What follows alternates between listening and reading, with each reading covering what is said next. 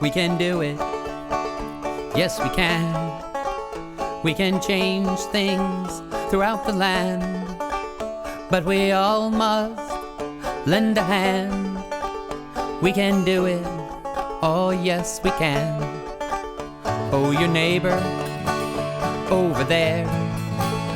Welcome to Changing Our World. My name is Linda Weltner. I'm your host today. And we are talking to Yaira Matos, who is born in the U.S. but of Dominican Republic background. And she is going to be a sophomore at Salem State. Now, college today is not what it used to be when I went to college, because she took a course with Avi Chomsky, who is an expert in Latin American affairs and also has lived in Cuba, on the Cuban Revolution. And it's called a study travel course, and you learn all about Cuba, and then you get to go there. So Yaira has been to Cuba and come back with some stories to tell. Why did you take this course, and what do you think is the benefit of the trip? I took this course primarily because as a student of international relations, I felt like Cuba was a big piece that I wasn't introduced to, that I didn't have any kind of background knowledge on. I was never receiving any kind of news or hearing about them on the global spectrum, but I was aware that this revolution had happened years before and that they were rather controversial. And around that time that the study travel had come out was when the first few whisperings of diplomatic relations opening again had been released. So for me, taking this course was about being able to learn about the revolution, which was a big social movement that was extremely fascinating and just not very lauded in American history or like in America in general. But then also being able to try to open a door to something that was completely unbeknownst to me. What's so interesting is we're against Cuba, but it was like the American Revolution in that they had a dictatorship and they rebelled against it. Of course, they didn't come up with the Constitution afterward, but they did come up with a socialist government that we would not accept. Tell me your first impressions. My first impression was that it was just beautiful. Architecturally, it was gorgeous. You saw a lot of the influence of like Spanish architecture there. Definitely my first impression was that it was something that I would not be able to fully understand unless I had lived there and unless I had gotten the full picture in terms of how people engaged with their country, because as an outsider there were things that I just couldn't understand. As somebody growing up in the United States with a capitalist economic system, with what we call a democracy, there are just things that I had to certainly learn how to decondition myself from assuming and thinking while I was there.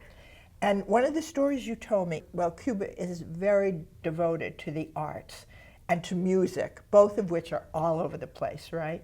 And you met a musician whose string broke. Tell me that story.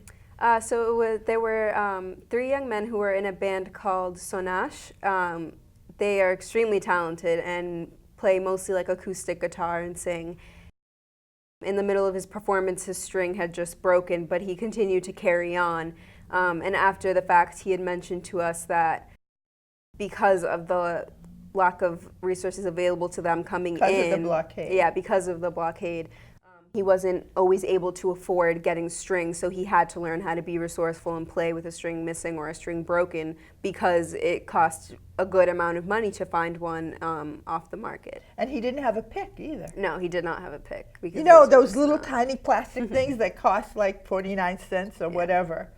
Yeah, so they were really suffering under, and you noticed that about the foods in the marketplace? Yeah, Cuba's starting, in my opinion, it has a good legacy with agrarian like reform happening. All organic because they can't afford pesticides, or they're blockaded. Yeah, and there's a lot of really nice land for them to be able to farm on. Right. So there were things available to them, but seeing in the market, there wasn't a complete abundance. There wasn't all fresh food. There were certainly things that, they didn't have like even spices, certain spices available to them at all the markets. And even we visited a grocery store, and even that, a lot of it had to be produced either in the country or from a country that they could have relations with. Yeah, so often it would be a sense of they could certainly have more, and they certainly deserve more. More variety. Yeah. More. Yeah. But do you think there are hungry people? Did you see homeless people or beggars or anything? We didn't see any homeless people or beggars, no. And that was something that I had asked about also, because it was very perplexing when we would be driving in the nighttime and we would see youth in the street, or we would see young kids headed to school or to their homes or whatever, but no homeless people. And living in the United States, you certainly get accustomed to just having to keep walking, keep going, and it can be upsetting sometimes, but it is like a part of our reality, whereas there, They have food rationing, which means not what we would think here, limiting food, but that giving food to people who can't afford it. So no one has malnutrition or goes to bed hungry. Yeah, each individual in one household gets a rationing card. Yeah. And also, I do believe that they don't have any homeless because they have a program whereby people get to build their own homes, like prefabs, and then they pay 10% of their income. So one person could be paying a lot for the apartment and the other less. And did you have fun? Yeah, I did. I was able to meet some students from their School of International Relations, which is a school that's entirely focused on that. So it was, I think for me, that was the highlight of my trip, meeting other students whose academic focus was the same as mine, and being able to just like talk about that, but then also see their personalities and listen to their music and see how they interpret our music and our pop culture. Ooh. That was very fun. And do you think it heightened your interest in human rights? The fact that you took a trip as well as what was the impact of the trip? Definitely, after you studied the story? Absolutely, that I have to start broadening my lenses, being critical in different ways, and just genuinely looking at things from a much less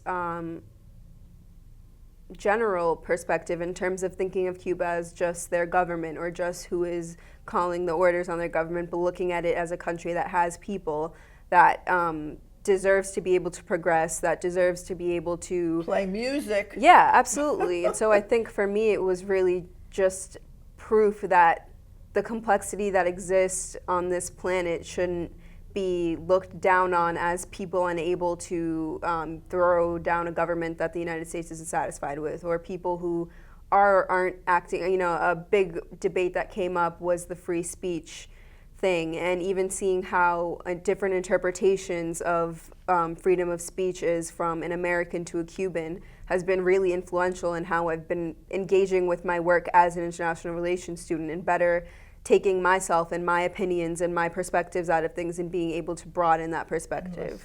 Yeah, because the American story of what the Cuban Revolution was all about is not what you learned in the class, right? We have one interpretation, which is very beneficial to our feelings of being guiltless and great, and the reality is another story of what actually took place. Did you feel any discomfort while you were there? I mean, after all, you speak Spanish, right? Yeah, so I would say... Was it comfortable? I would say the discomfort really only came from how I was, or if at any point I felt like I didn't have I think it got very easy for me to feel like it just wasn't my place to judge or to ask anything. And so I think sometimes the discomfort just came from not wanting to sound like a ardently pro-American person who is against all that they believe in. So I think, if anything, it was more just me wanting to arrive truly with an open mind and a blank slate, but also feeling that I have been kind of deceived for a lot of my life, and I didn't want that to translate. Right. We often, Americans, go and we look through our lenses, and then the reality of what's out there doesn't come through. Mm-hmm. So then it taught you how to be more of an objective observer, which is a fabulous thing to learn in college, independent of what the topic is. Yeah, yeah, absolutely. Just to learn that our our interpretation of life is not the only one that is important and true. Absolutely.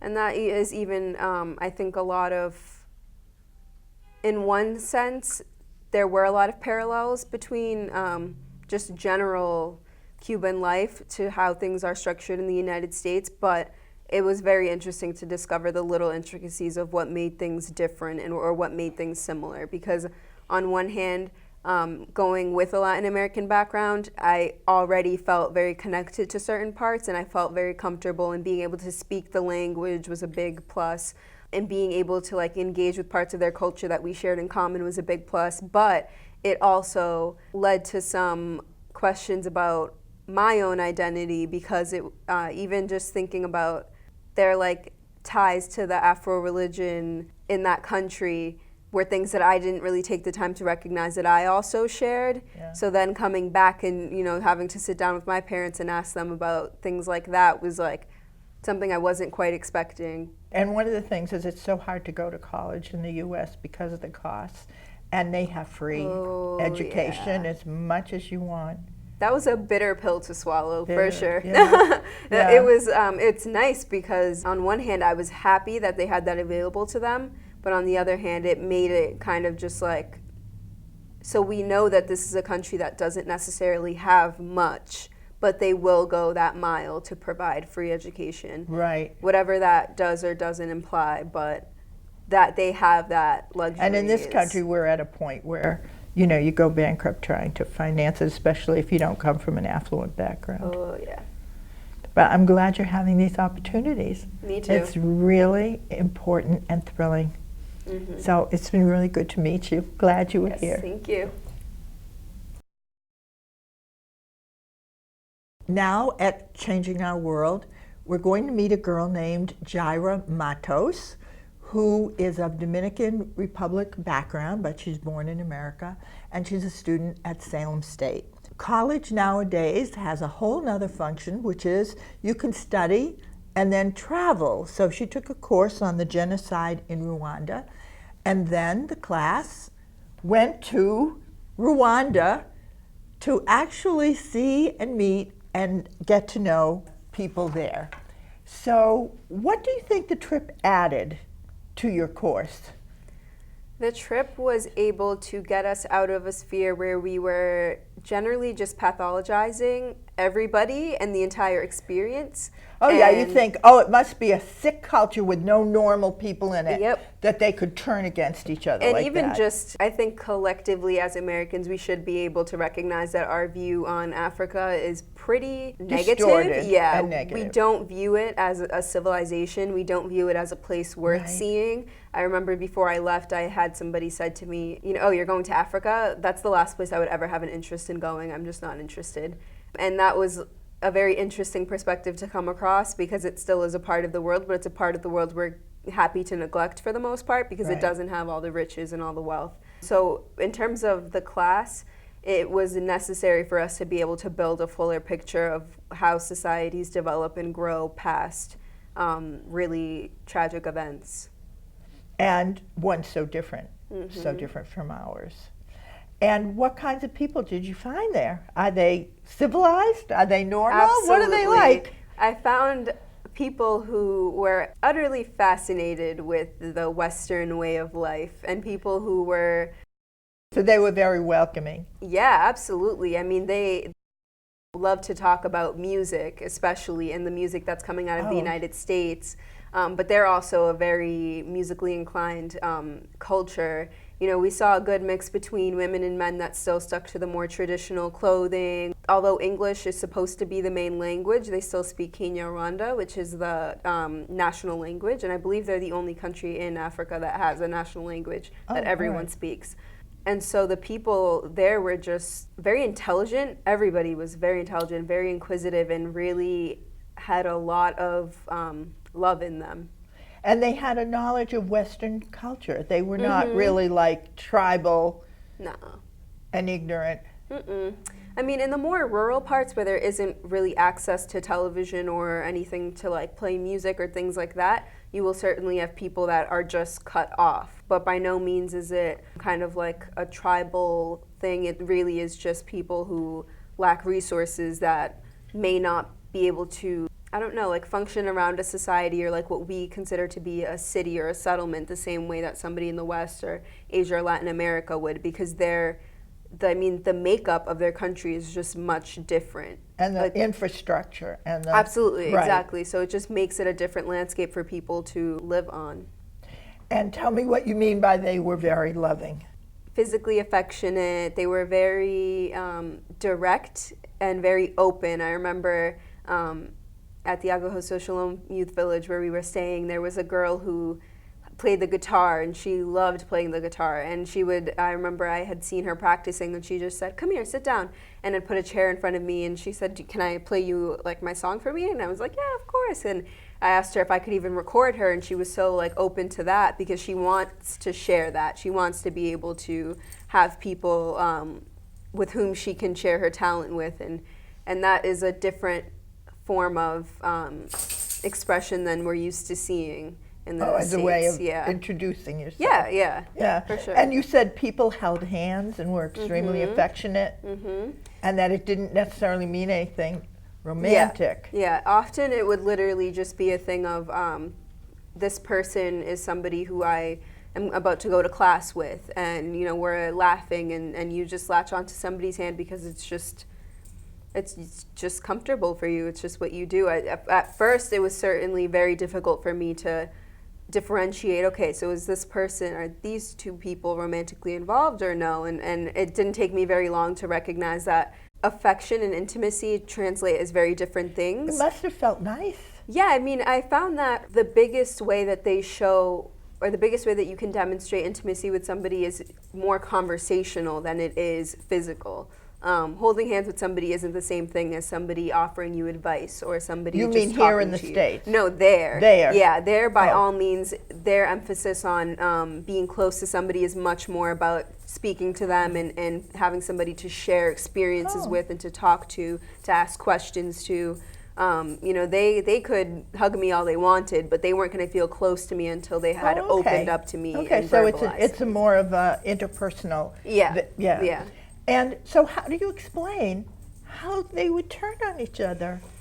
I definitely think it was the kind of thing where all the conditions were perfect for it due to like historic. What do you mean historic? Well, starting with like the colonization and how the colonizers had arrived ready to create ethnic groups and divide and conquer. Absolutely, and did that, and also used very menial things like cows. If you had the group that had less cows was the dominant group, the Hutu group. The cows that had more cows were the Tutsis, and what differentiated them was that one was a class of farmers over one that didn't have to farm in order to have wealth. So when you have little inequalities like that, and then you also have a volatile environment where politically you had these two groups kind of flip-flopping on one another, there was a lot of precedent set there. It certainly wasn't as overnight as it seemed. The violence occurred once the president and the president of Burundi also were shot down. Yeah. That was when the violence really reached its peak level. But prior to that, the conditions were just perfect to be able to incite a sort of hate-filled culture from one group to another. So the colonists came in and they put the Hutus over the Tutsis. Yeah. Tutsis, and then later governments came and the Tutsis were over the Hutus. And so there was this competition that one group was humiliated and one group was elevated that had been set up by the colonizers. Is that what and you're then saying? once things got, things became the hatred became very intense, and the propaganda started spouting from government-supported media. Right, the media was really crucial. Yeah, absolutely. It was what built up the conditions. There's been many academic papers and research done on the role that the radios played in promoting the hate and in spreading this culture of fear, and also urgency around the need to, as they explained it, exterminate the Tutsi. So It really was something that was very deliberate and that didn't just happen overnight, and that was able to strike regular people because it was displayed as a very regular act. It was just kind of like, this is what needs to be done for the welfare of our society. And they couldn't put half the country in jail. Right. So people are living with each other. What did you think about, a Hutu and a Tutsi, one of whom had killed the other's mother, living together in a village? It's definitely very difficult to understand as a Westerner and also as somebody who doesn't practice any form of religion, but I do take that into perspective because there are religions like Buddhism where you practice a form of radical acceptance almost, where it's much easier for you to I don't want to say allow, but to come to terms with things happening. So I think for me personally, it was harder to grasp, but I'm also doing my research paper for this class on the Gacaca courts, which were courts that functioned around a restorative justice framework over a carceral one. Oh, over prisons. Right. Yeah. So it was much more about taking people who would admit that they committed these crimes and giving them like community work to do, and if you didn't, then you would be put in prison. But these were community-based courts of regular people who played judges and who kind of like did the like played out the court process in a way that wasn't as definitive as it is here in the States. And the people were, because of their Catholic or Christian upbringing, were forgiving. The religion definitely played a role in it, but I think it was also that moving forward, the emphasis was really on uniting Rwanda. They scrapped their old flag and made a new one that was very symbolic of wanting to move forward and wanting to forget the past, or not forget, but move forward from the past and learn from it. And it is now illegal to classify somebody as a Hutu or a Tutsi or a Twa, and they all, must refer to themselves as Rwandans. So there was a lot of structural changes that were made, and I think forgiveness was a way for them to be able to rationally push away from continuing to incite. And just a counter war and then a counter war. And Exactly. Boy, that's hard. Mm-hmm. It's admirable. It can be very difficult to understand for people who we think of justice and as moving forward and retribution. Right.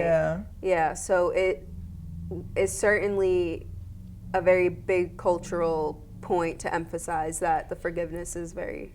So what I see now is you're taking a course in restorative justice, and you have this experience behind you, right, that you can draw on. That's wonderful. But what else did the fact of going to Rwanda add to the studies that you had done?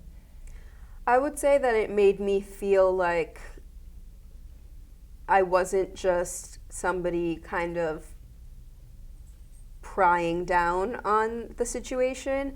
I felt like I was able to come back with examples that I could utilize in terms of like cross-cultural exchange, but then also have relationships. It didn't feel as so much as me being somebody sitting in a classroom so far away from them saying, this is what happened in Rwanda, this is what they did, this was the facts of the genocide. This was them. Yeah, exactly. It really brought me together with people there who, whether or not they necessarily lived the experience or whatever, but people who still had that as a part of their heritage. And you felt them as us, right? Exactly. So you could see that you had a lot in common with them, even though we characterize them as maybe animals or out of control or whatever. Yeah, it really made me feel like there were people there who deserve to be given a fair chance and who sure have this behind them in their country, but that shouldn't necessarily mean that it's worth they're like a hopeless case or that there is no. And did you feel safe there? Absolutely. Yeah. Oh, so yeah. You could go there as a tourist and not Yeah, worry. there wasn't even a threat of being pickpocketed whatsoever. I don't know exactly why the crime rate is so low, because it is very, like, statistically very low, but there was no sense of somebody possibly like stealing anything from me or anything. And has this influenced you in any way about what you want to do in the future? I think the biggest thing that I am becoming interested in is just the tools that we use to rebuild things after it all breaks down. You know, we saw like Yugoslavia break down in Bosnia, still struggling to make space after everything that's happening.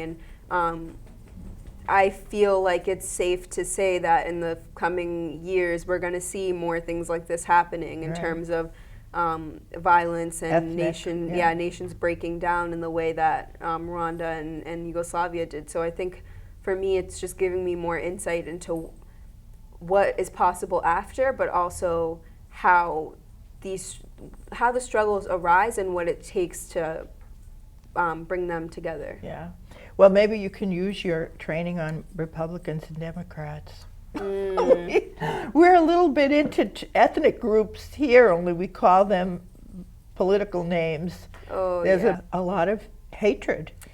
It's actually very interesting you had mentioned that. I was watching a piece with Kristen Gillibrand, the senator from New York, who was describing how the point of her job is to find common ground with Republicans, and how it can certainly be difficult, but what she sees a lot of happening in our government is a lack of empathy. And it's fascinating because that you would mention that, because what else breaks people apart than a lack of empathy? So certainly there is a case to be made that in the way our political system is working right now is going to continue to lead to turmoil. And your trip enhanced your empathy, right? Oh yeah. I mean, it made me want to be more creative in how I think about other people, but it also made me completely drop this idea that not only are these places not capable of,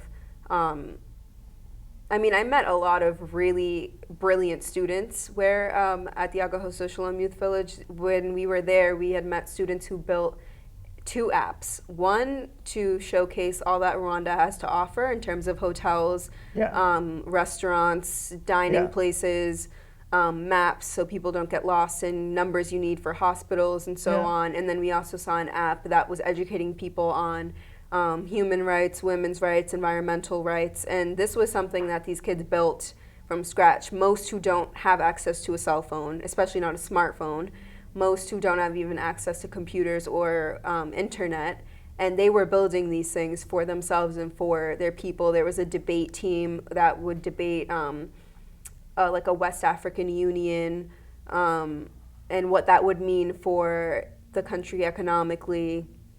There was really a lot happening, and there was a lot going on, and to see that. And made you respect their level of competence to rule their own country. Exactly, and it made me respect that, if anything, me and my opinions can take a back seat to let other people think about how they want to move forward. Too few Americans go into more basic third world countries with respect for the inhabitants. Yeah, that's part of what got us into such trouble in Iraq. Well, I'm very happy that you got to meet Rwandans and to grow as an individual, and I wish you all the luck in the world. Thank you. Thank you very much for joining Yaira and myself. We'll see you again soon.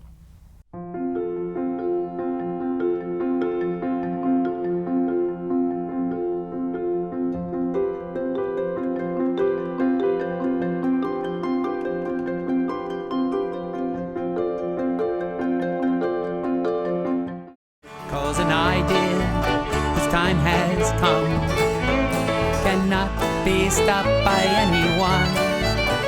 Plant your seeds in fertile ground. There ain't nothing gonna keep it down. Oh, we can do it. Yes, we can. We can change